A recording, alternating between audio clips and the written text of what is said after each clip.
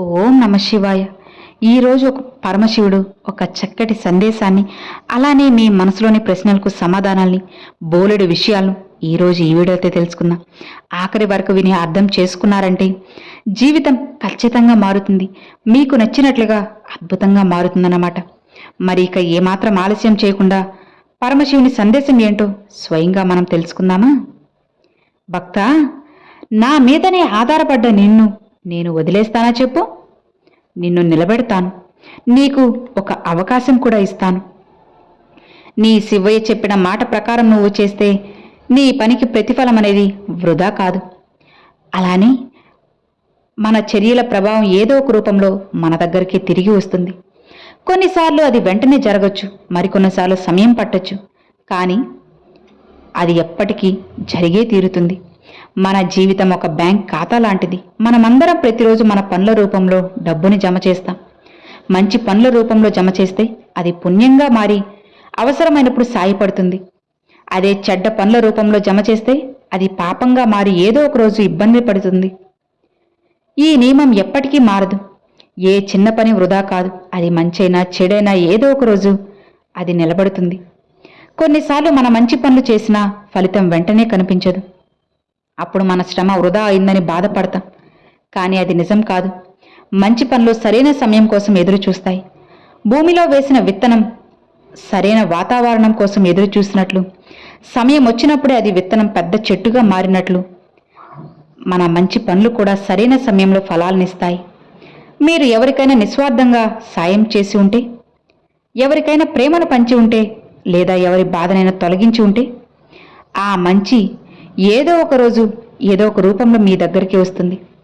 బహుశా ఈరోజు కాకపోవచ్చు, కానీ మీకు నిజంగా అవసరం ఉన్నప్పుడు అదే మంచితనం మిమ్మల్ని కాపాడుతుంది.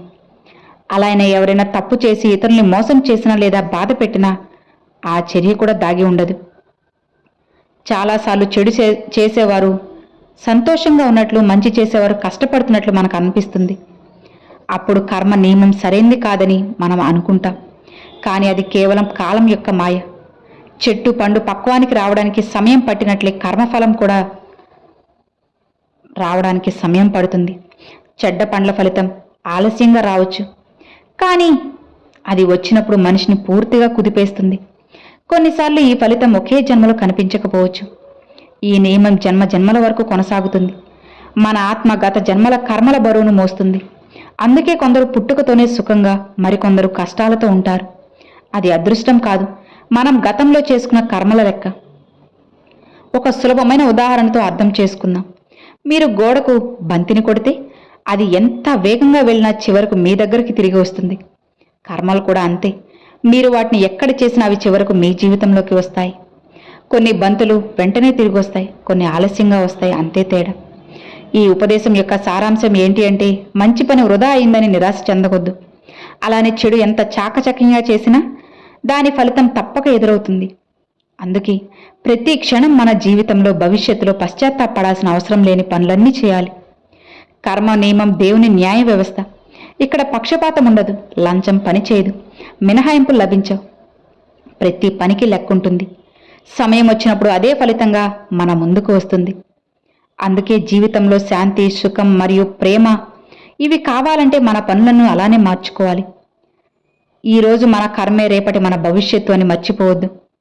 ఈ మాట కర్మబలం నుండి ఎవరూ తప్పించుకోలేని మనకు నేర్పుతుంది. భగవంతుడు చెప్పినట్లుగా ప్రేమలో ప్రతిఫలం ఆశించినప్పుడు అది స్వచ్ఛంగా ఉంటుంది. ఆశతో ప్రేమిస్తే, అత్యాశతో ప్రేమిస్తే అది బాధకు దారి తీస్తుంది. కానీ ప్రేమ కేవలం ఇవ్వడమే అనే భావనతో ఉంటే అదే నిజమైన ఆనందంగా ఉంటుంది. ఈ విషయాన్ని అర్థం చేసుకోవడానికి ప్రేమ యొక్క నిజమైన స్వభావాన్ని మనం తెలుసుకోవాలి.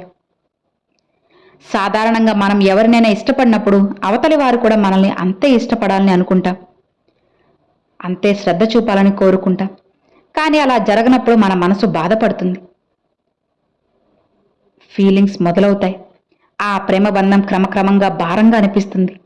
అందుకే ప్రతిఫలం ఆశించే ప్రేమ సుఖానికి బదులుగా దుఃఖాన్ని ఇస్తుంది.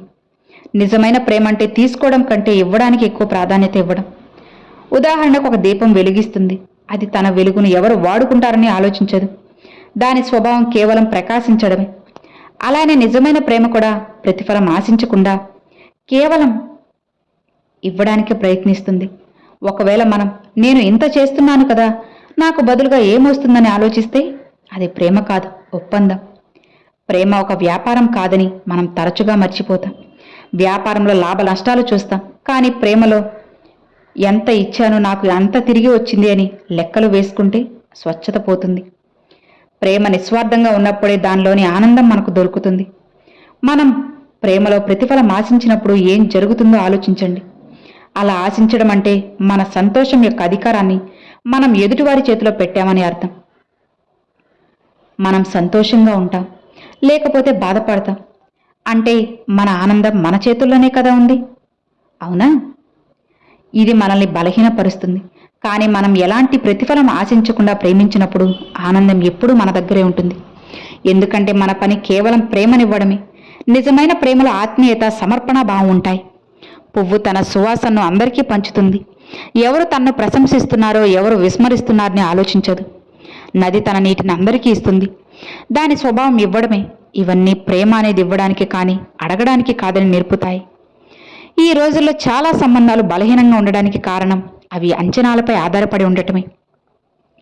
భర్త, భార్య తన ప్రతి మాట వినాలని భార్య, భర్త తనని ఎప్పుడూ గమనించాలని కోరుకుంటారు. అంచనాలు నెరవేరినంత కాలం బంధం బాగుంటుంది. దెబ్బతిన్నప్పుడు మనసులు విరుగుతాయి. కానీ మనం ఎవరినైనా ఉన్నట్లుగా అంగీకరించి ప్రేమిస్తే ఆ బంధాలు విడిపోవు. వాటిలో ఫిర్యాదులకు తోవుండదు. దీని అర్థం ఏంటి అంటే, మనం ప్రతిఫలం ఆశించకుండా ప్రేమించినప్పుడు మనకు అంతర్గత సంతృప్తి లభిస్తుంది. ఇతరుల సంతోషంలో మన సంతోషాన్ని చూసుకుంటాం. ఇదే నిజమైన శాంతి, అలానే ఆనందం. కానీ అంచనాలతో నిండిన ప్రేమ మనల్ని లోపల అశాంతితో నింపుతుంది అని మర్చిపోవద్దు. శివయ్య చెప్పేది కూడా ఎప్పుడూ ఇదే. నేను నీకు తోడుగా ఉన్నాను భక్త, నువ్వు నాపై ఆధారపడు, నేను నిన్ను వదిలిపెట్టను. కానీ నువ్వు అలా కాకుండా, నాపై కాకుండా ఇతరులపై ఆధారపడితే నేను మాత్రం ఏం చేయగలను చెప్పు?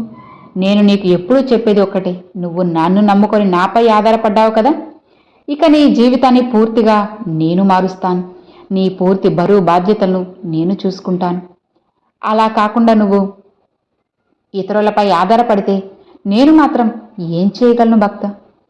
నువ్వే ఆలోచించు, నువ్వే ఒక్కసారి చెప్పు, నీ శివయ్య చెప్పింది ఎంతవరకు కరెక్టు? నీపై పూర్తి ఆశీర్వాదం, అనుగ్రహం నాది పుష్కలంగా ఉండాలి అంటే నువ్వు నాపై పూర్తి నమ్మకంతో ఉండాలి, భక్తి శ్రద్ధలతో ఉండాలి. అప్పుడే నీకైన ధనలాభం అనేది నీకు కలిగిస్తాను. నీ జీవితాన్ని నీకు నచ్చినట్లుగా మారుస్తాను. అలానే నీ బంధాన్ని కూడా నీకు దగ్గర చేస్తాను. భయపడుకు భక్త, నీ జీవితాన్ని నీకు నచ్చినట్లుగా మార్చి నువ్వు సంతోషంగా ఉండేలా చేసే బాధ్యత ఒక తండ్రిగా నాది. ఇక నువ్వు భయపడాల్సిన అవసరం లేదు, బాధపడాల్సిన అవసరం అంతకన్నా లేదు. నిశ్చింతగా ప్రశాంతంగా ఉన్నావంటే నీ జీవితం ఖచ్చితంగా మారుతుంది. నేను మారుస్తాను కదా, నీకు తోడుగా ఎల్లప్పుడూ నేనుంటాను. ఇక హాయిగా ప్రశాంతంగా ఉండు అని ఈరోజు శివయ్య సందేశం అండి. సో విన్నారు కదండి, ఈరోజు శివయ్య పంపించిన ఈ సందేశం మీ అందరికి నచ్చింది, అలానే అర్థమైంది అని అనుకుంటున్నాను. నచ్చితే ఒక చిన్న లైక్ చేయండి, మరికొంతమంది మీ ఫ్రెండ్స్ అండ్ ఫ్యామిలీస్కి షేర్ చేయండి. ఫస్ట్గా మన ఛానల్ చూసేవాళ్ళు సబ్స్క్రైబ్ చేసి సపోర్ట్ చేయండి ఫ్రెండ్స్. Thanks for watching. ఓం నమః శివాయ. శివాయ నమః.